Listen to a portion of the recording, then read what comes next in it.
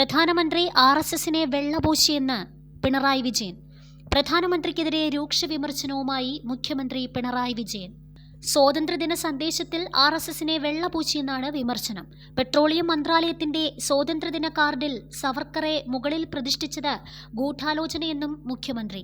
ബ്രിട്ടീഷുകാർക്ക് പാദസേവ ചെയ്തവരെ മഹത്വവൽക്കരിക്കാൻ സ്വാതന്ത്ര്യദിനം തന്നെ തെരഞ്ഞെടുത്തത് സ്വാതന്ത്ര്യ സമരത്തെ അപമാനിക്കാനാണ്. ഈ അപഹാസ്യ നടപടികൾ കൊണ്ടൊന്നും RSSനെ പോലെ വിഭജന രാഷ്ട്രീയത്തിന്റെ വിഷലിപ്തമായ ചരിത്രമുള്ള വർഗീയ സംഘടനയെ വെള്ളപൂശാനാകില്ല.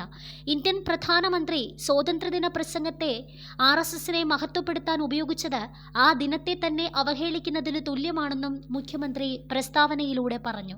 മനുഷ്യവിരുദ്ധമായ വിഭാഗീയതയുടെ പ്രത്യയശാസ്ത്രം ചുമന്നു നടക്കുന്നവർക്ക് കൈയിട്ട് വാരാനുള്ളതല്ല ഇന്ത്യയുടെ മഹിതമായ സ്വാതന്ത്ര്യ സമര ചരിത്രം.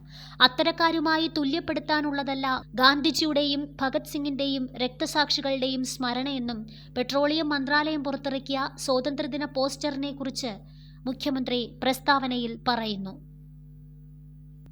മനുഷ്യസ്നേഹത്തിന്റെയും